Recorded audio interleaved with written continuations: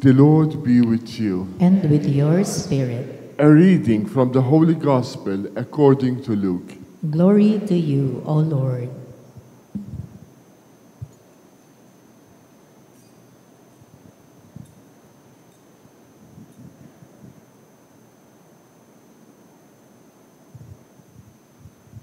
At the time, the Lord appointed 72 others, whom he sent ahead of him in pairs to every town and place he intended to visit. He said to them, "The harvest is abundant, but the laborers are few. So ask the master of the harvest to send out laborers for his harvest. Go on your way. Behold, I am sending you like lambs among wolves. Carry no money bag, no sack, no sandals, and greet no one along the way. But into whatever house you enter, first say, 'Peace to this household.' If a peaceful person lives there, your peace will rest on him. But if not, it will return to you. Stay in the same house and eat and drink what is offered to you, for the laborer deserves his payment. Do not move about from one house to another. Whatever town you enter, and they welcome you, eat what is set before you. Cure the sick in it, and say to them, 'The kingdom of God is at hand.' Whatever town you enter, and they do not receive you, go out into the streets and say, 'The dust of your town that clings to our feet, even that we shake off against you.' You yet know this, the kingdom of God is at hand. I tell you, it will be more tolerable for Sodom on that day than for that town." The 72 returned rejoicing and said, "Lord, even the demons are subject to us because of your name." Jesus said, "I have observed Satan fall like lightning from the sky. Behold, I have given you the power to tread upon serpents and scorpions, and upon the full force of the enemy, and nothing will harm you. Nevertheless, do not rejoice because the spirits are subject to you, but rejoice because your names are written in heaven." The Gospel of the Lord. Praise to you, Lord Jesus Christ. Please be seated.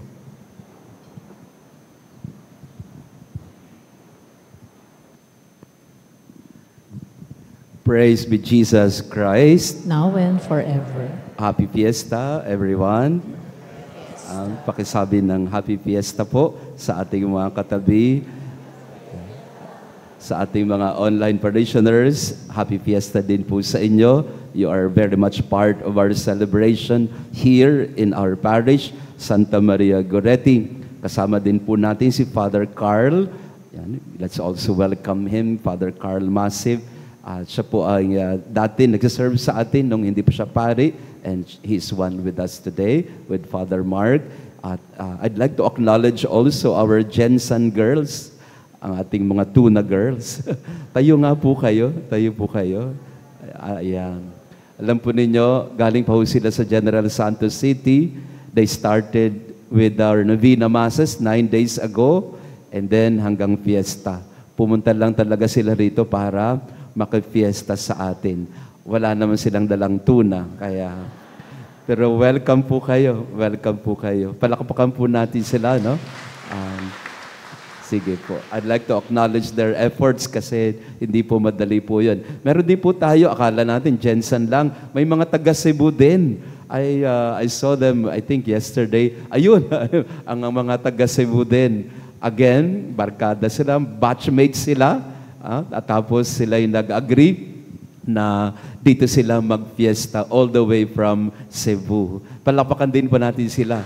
Yan. Pwede po kayo magpakita dito sa konting harap para makita po namin kayo. Baka sabihin ay ano lang kayo, letrato lang. Ayan. So, welcome din po kayo mga taga Cebu.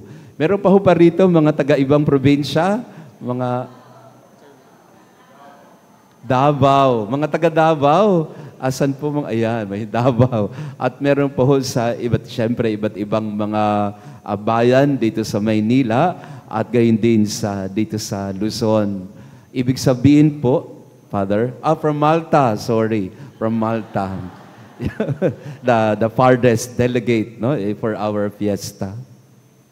Nabanggit ko po kahapon sa ibang mga parishioner na kakaiba ang fiesta sa Maynila. Kasi sa probinsya, usually sa probinsya, yung mga tao ay naghahanda po talaga, no? Bawat bahay, pumapatay ng baboy, baka, manok at kung ano. Dito sa Maynila, iba ang pinapatay. Wag na ho natin. Wag na ho natin. Pero sabi ko sa kanila, pero iba man, hindi kagaya ng mga piyesta sa probinsya, pero ang piyesta din ay masaya pa din, no? Sa Maynila. Iba nga lang talaga ang mukha niya. At ito'y isang paraan natin ng pagtanaw ng utang na loob sa mga biyayang pinagkaloob sa atin ng Panginoon. Lalo na ho, sa mga novena masses natin, nag-imbita po tayo ng mga pari, lalo na yung mga healing priest, para tayo po ay tulungan sa atin pong mga karamdaman. Kasi si Maria Goretti, kung napapansin po ninyo, ay isa ho sa mga santa na maituturing po natin na napakalakas sa langit, sa panalangin at pamimintuho sa Panginoon at paglapit sa Kanya. When Santa Maria Goretti was declared a saint, ang sabi po ng Vatican noon in 1950, Santa Maria Goretti, before Saint Padre Pio, Santa Maria Goretti had the most number of documented miracles in the church records. That's one of her characteristics when she was canonized by Pope Pius XII. Kaya po napakaganda po na yung Santa Maria Goretti ay nasa loob ng Pope Pius XII. Kasi ang nag-beatify and canonize kay Santa Maria Goretti is Saint Pius, or not Saint but Pope Pius XII. At sa napakarami hong mga miracles attributed to Santa Maria Goretti, there is none that we can say that equals the miracle that happened to Alessandro Serenelli. Yung pumatay sa kanya. Dahil yung pumatay sa kanya, would you believe, Alessandro, there is also a cause right now for his beatification. Yung pumatay sa batang ito ay magiging santo din. Unthinkable, impossible. How could that be? Yeah. But that's the miracle of Santa Maria Goretti. Why? What happened? Because Alessandro was in fact converted by Marietta. She calls the little Mary, or he calls little Marietta, who transformed his life in prison. Pagnilayan po natin ngayong araw na ito ang kwento ni Maria Goretti. Kung nakikita po ninyo ang kanyang imahe sa ating gilid, hindi po niyo nakikita yung kanyang paa. Pero ang kanyang paa po ay walang sapin. Wala ho siyang sandalyas. Sapagkat si Maria, katulad ng ating ebanghelyo ngayon, she was a farm girl, a laborer. Jesus was looking for laborer in the vineyard on the harvest. Maria was literally a laborer in the farm. Dahil sila po ay maralita, dukha, ang kanyang pamilya ay magsasaka, 6 silang magkakapatid, 7 namatay ng maaga yung panganay, kaya naiwan si Maria bilang panganay na babae na mag-aalaga ng kanyang mga kapatid na marami doon ay sakitin din, habang ang nanay niya ay nagtatrabaho sa bukid. Namatay din ng maaga ang kanyang tatay when she was barely 9 years old. So practically, Maria was very young, and yet she was already, like her mother, head of the family already. Sanay sa hirap, sanay sa pagtatrabaho, sanay sa paglilingkod. At sa kabila ng kanyang karukhaan, si Maria ay nanatiling madasalin, nagdadasal ng rosaryo araw-araw, nagsisimba araw-araw, malapit sa mga pari doon na mga Passionist in the time that the Passionist fathers were taking care of the church. Sa karukhaan, si Maria at ang kanyang pamilya ay hindi napalayo sa Panginoon. At magandang mensahe yon sa ating lahat. Sapagkat katulad ni Maria, lahat din tayo ay mga isinusugo ng Panginoon. Huwag kayong magdala, sabi sa Ebanghelyo, huwag kayong magdala ng anumang pera o salapi sa inyong lukbutan. Huwag kayong magdala ng mga extra na damit o kung anuman. You bring nothing to your journey. And literally again, Maria and her family had nothing, practically nothing. They had no house. They had no food on their table. They were poor. Ang kanilang bahay po ay nakikipisan lang sila sa isa pang pamilya. So they were really in that situation of extreme poverty. But in spite of the poverty, Maria and her family did not lose their faith. Unfortunately, as we know from the story of Maria, Alessandro Serenelli, the son of the other family in the house, attempted to violate her. And we know this story very well. But Maria resisted it even to her death. Kaya sa imahe po ni Maria Goretti, makikita natin ang kutsilyo. Na minsan pag lumalapit yung mga bata, natatakot sila, no? Kasi nakikita nila yung kutsilyo ni Maria.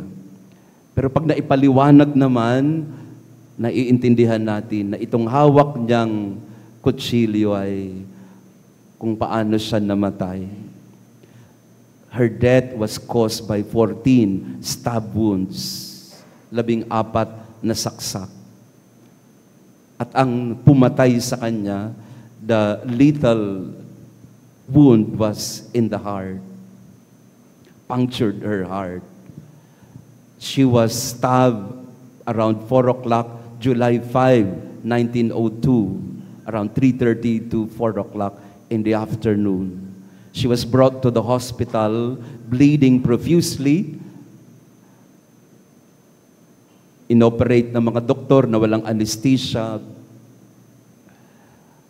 Overnight, she was in deep pain and suffering. Imagine, sinaksak ng July 5 ng hapon, July 6 namatay. Around this time. So matindi ang pinagdaan ng hirap ng batang ito, no? Dukha na sa buhay, namatay pa ng matindi ang sakit sa kanyang katawan. But then again, in spite of the pain that her body suffered, she learned to forgive her attacker, Alessandro. Her final words, I forgive him. I forgive Alessandro. How I wish that he could be with me in heaven. Mga kapatid, magandang mensahe ito ni Maria Goretti sa ating lahat. Lalo tigit sa ating mga nakaranas na masaksak ng 14, 15, 20 ulit. Pakitanong nga ang katabi mo, may sumaksak na ba sa'yo? Marami na. No? Many of us have been stabbed time and again by people around us. Maybe not lethal wounds that kill us, but definitely, most definitely, many times we have been hurt and attacked by people around us, especially those whom we trust and we think who would care for us. If you are in pain, and that's why Maria Goretti is also the patron saint of the sick, because she was in pain. And in spite of the pain and suffering, she did not develop negativity or resentment against her killer. She forgave him. Kaya maganda po na matutunan natin ito sa isang 11 years old na bata. Paanong magpatawad? Paano tayo magbigay ng pag-asa kahit na tayo ay nahihirapan? At yun po ang dahilan, and finally, ito po yung pangatlong simbolismo na malapit kay Santa Maria Goretti. Siya ay nakapaa, may hawak siyang kutsilyo, at punong-puno siya ng bulaklak. Meron siyang hawak din na bulaklak. The flowers of Maria Goretti, the lilies of Maria Goretti. Symbol of martyrdom and purity, but also symbol of forgiveness and hope. Kaya po yung atin pong altar, puro bulaklak po. Hindi na nga ako makita dito eh. No? Puro bulaklak. Kasi gusto nating ipaalaala sa ating lahat na sa gitna ng mga saksak, sa gitna ng karukhaan, namumukadkad pa rin ang kagandahan ng pag-ibig at pagpapatawad, ang pag-asa na bigay sa atin ng pagpapatawad at paghilom. Si Maria Goretti po ay isang halimbawa ng isang bata at pamilya na sa gitna ng mga paghihirap at mga sakit, karamdaman, na pagtatagumpayan ng lahat ng ito at nabibigyan ng kagandahan ng paligid dahil sa pananampalataya at pag-asa, pagpapatawad at pagmamahal, pagpapakitan ng habag at awa sa kapwa. We need not be destroyed by the traumas of our past. We need not be destroyed by the knives that have stabbed us, by the people who have wronged us. We need not be destroyed by all the tragic events of our lives. We need not be destroyed by the many failures that we have experienced and faced in our lives. Maria Goretti is an example of a person who has triumphed over adversity, a person who has transformed sickness and dying into life and hope. And this is our mission every day. Kagabi po, I'd like to end with their story. Sayang, di nyo po na nakita yung pagpapakita o pagbabahagi ng atin pong dalawang, isa po ay street dweller natin, PSDS, at ang isa naman ay scholar ni Maria. Doon po sa street dweller, ang ating person in street dwelling situation na tinutulungan ng ating isang kanin, isang ulam program. Siya po ay nagsabi sa atin na, pangalan din po niya ay Jason, kapareho kami, tukayo ko. At kinukwento niya na, dahil sa ating programa, sa isang kanin, isang ulam, na tayo po ay hindi lang nagpapakain, kundi sa tulong din ng ating social workers, sila po ay ginagabayan at sinasamahan. Si Jason po ay isang nakatira sa kalye at matagal natin noon tinutulungan, pinapakain natin sa ating programa. Pero sabi niya kagabi, alam po ninyo, Father, at sa lahat ng mga nakikinig, may trabaho na po ako ngayon. Nagsika po akong makahanap ng trabaho at ayoko na po na umaasa lamang sa iba. Nagkaroon po ako ng inspirasyon at lakas ng loob na magtrabaho ulit at ibangon ang aking sarili. Dahil po yun sa mga taong nagmamalasakit at nagpakita ng habag sa akin dito sa Santa Maria Goretti. At sinasabi po ng mga street dwellers natin, dati po, Father, wala hong pumapansin sa amin dito. Kami po ay dinadaan-daanan lamang. Pero ngayon po, nakikita namin, hindi na sila takot sa amin. Ang iba po lumalapit pat nagtatanong, at paano kami matutulungan? Kwento ng pag-asa. Ang piyesta po natin ay maaaring walang banda, pero yung patotoo ni Jason, mula sa kalsada, patungo sa pagtatrabaho, sa akin po, it's worth more than many bands and festivities. Ang isang scholar ni Maria din po natin, ang sabi niya, siya po ay President's Award or President's List ng PUP. Ang President's List po ng PUPI, ang grado mo po ay dapat 1 at 1.25 lang. Hindi ka dapat bababa doon. Meron tayong isang scholar na ang sabi niya, dati-rati po, hirap na hirap kami na pamilya. Ang nanay ko po ay nagkaroon ng cancer at malubha ang kanyang karamdaman. Talagang naghirap ang pamilya sa paghahanap para sa kaniyang medication. Naapektuhan ng mga pag-aaral. Pero nung sila po ay naging scholar ni Maria, yung bata, at natulungan na rin natin sa kanyang pag-aaral, ang kinukwento niya ay, ngayon nga po, nakakapag-ipon pa ako. Pag may sobra sa allowance na binibigay sa amin, tinatabi ko, pinapantulong ko rin kay mama. Kwento po ito ng isang batang scholar na dahil sa inyo pong pagtulong sa kanila, nabibigyan sila ng pag-asa. I think these stories, and there are many others, they all go back to the example of Maria Goretti. Maria Goretti is telling us that there is hope. You cannot allow the tragedy of your life to destroy all your dreams in your life. You cannot allow your death to take away the hope that is in us. So in our Mass today, in the Feast of Santa Maria Goretti, this is one thing that we should look for in our life today. Where is hope in my life? Ngayong Jubilee Year of Hope, maganda tanungin ang ating mga sarili, nasaan ba yung munting puwang ng pag-asa sa aking buhay ngayon? Sa kabila ng maraming saksak at karamdaman na aking pinagdadaanan, nasaan dyan ang pagsilay ng isang liwanag ng pag-asa? Where is hope in your life right now? This is what Maria Goretti wants us to discover in our feast day today. Where is hope in your life? Nasaan siya? At kanino natin siya makikita?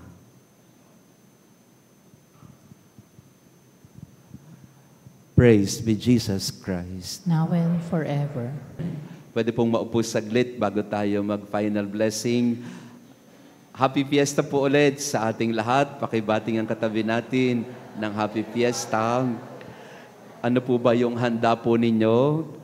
Siyempre wala. Meron po tayong handa doon sa likod, ha? Maraming salamat kay Ate Mina. Meron tayong taho. Yan, ha? Unlimited taho.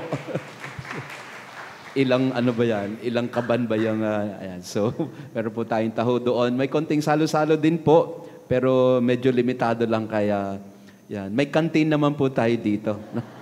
So, pwede ho kayong pumunta. At yung fiesta po natin, we are introducing in our presence po, kung nakikita ninyo dito sa gitna. Children, can you come in front? Bringing our Carositas de Maria. Ayan. Nakikita niyo po ba? Ang tawag po natin dito ay mga karosita or yan. Ingat baby, baka ano ma. Yan. So dito sa harap po, makikita po ninyo ang yan.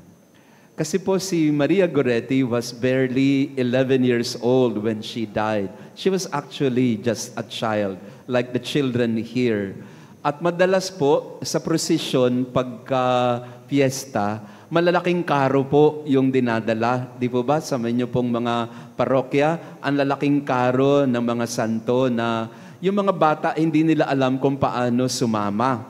Kaya po, dahil po ang patron natin ay isang bata, ang patron natin ay si Santa Maria Goretti. Kaya po, beginning this year, every time we have our fiesta, we would like to introduce you to a tradition in many other churches, but we don't have it here, the Carosita de Marieta o Carosita de Maria. Ang ibig sabihin po, maliliit na karo ng mga santo. Ayan. At ito po ang ipoprosesyon natin mamayang hapon. Kaya po maliit kasi mga bata ang hihila. We would like to initiate the children into this tradition while they are young. No, sila po ang mag-aalaga ng mga karo na ito. Tatlo lang po ito muna na nasa ating harapan. Thank you to our sponsors. Ito po ay karosita ni, kung nakikita po ninyo sa gilid, karosita ni Blessed Carlo Acutis. Yan, magiging santo na siya in the very near future. At doon naman sa kabila, karosita ng Children of Fatima. Yan, together with Mama Mary, of course, Jacinto, Francisco, sino nga ulit? Francisco, Jacinta, and Lucia. And sa gitna ay karosita ni Maria Goretti. Yan. So, ito pong tatlong karosita na ito, may sponsors po tayo, and they generously gave this to us. Ang pangarap po natin, may mga pamilya pa na magpapagawa din ng sarili nilang karosita. Whatever favorite saint you have, you may want to have your own family karosita. Paalagaan nyo po sa mga bata. Let that be their toy, so to speak. Kasi para po isang paraan ito na yung mga bata ay makilala nila yung mga santo o mga images ng ating simbahan. Para isang paraan din po ito ng pagtuturo sa kanila. Pag inalagaan nila yung karosita, dedekorasyon na nila, ito po isang paraan para mas lalong maging matibay ang kanilang pananampalataya. So, ito pong tatlong image na to, naghahanap ho ng pamilyang kukup-kup sa kanila. Pero meron na hong kumukup sa isa, naghahanap na lang tayo ng isa na kukup-kup sa kanya. Ibig sabihin ng kukup-kup, ang tawag po nila doon ay kamarero. Ano ibig sabihin ng kamarero? Ang kamarero po yun yung nag-aalaga ng santo, no? Na hindi niya mapapabayaan ang santo. So, mula po this year at hopefully sa mga susunod na taon, dadami pa ho itong mga karosita na ganito para sa fiesta natin. Mga bata ho ang magpuprosesyon. Ayan. So, ang pangarap po natin, mga bata ang magdadala ng kanilang mga karosita. Okay po ba sa inyo yun? O kung hindi naman, tago nyo na lang nga. Hindi po. So, yan. Hopefully, ito po ay maging tradisyon natin tuwing fiesta o tuwing All Saints Day, ipoprocession din natin ang mga karosita. Again, for what purpose? Para yung mga bata ay very early in their life, they begin to appreciate their faith and also the lives of the saints, including, of course, our patron saint, Santa Maria Goretti. Amen? Sige, mga bata, ibalik na yung mga karosita. Ingat-ingat lang at sila po ang hihila.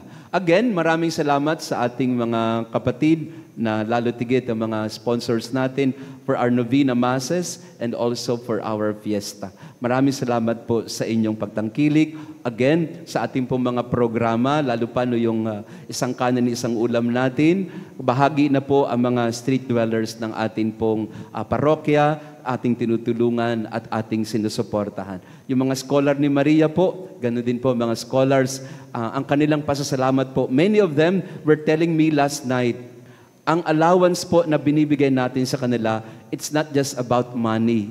It's not just about allowances. It's really about a lifeline to their education and their future. So yun po ang magandang gawin po natin ngayong fiesta. Sa halip po na tayo ay maghanda at magsalo-salo, itulong po natin sa mga kabataan.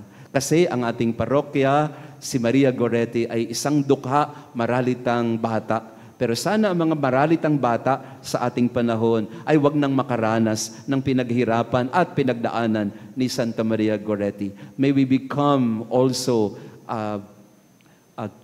families and people who protect children and foster their growth and their development in their lives. So, pagdasal po natin ang mga bata at kabataan. Again, not because we don't give value to the elderly, to the families or adults, no, not at all, but we want really in our parish the children, the youth, the young people, they are given the care and the love that they deserve.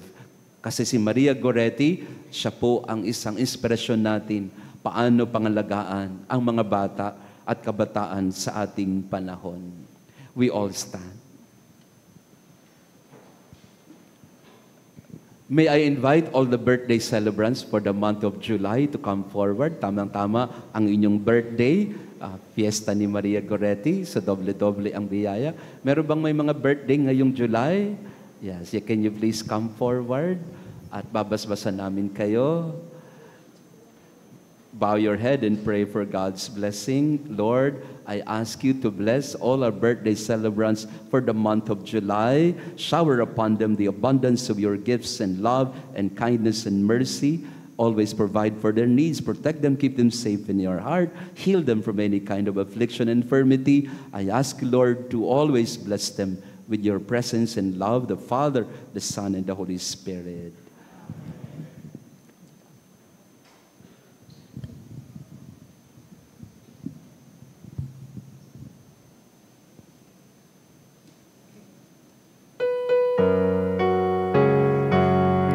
Happy birthday to you.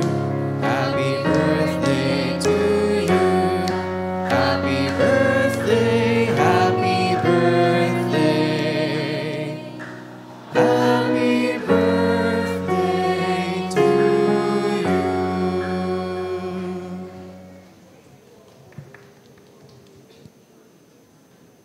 Happy birthday and happy fiesta sa ating lahat. Father Carl, maraming salamat for coming. The Lord be with you. And with your spirit. And may our loving God bless you all, the Father, the Son, and the Holy Spirit. Amen. Our Mass has been offered. Go in peace, and like Maria Goretti, live always in hope and love of the Lord. Thanks be to God.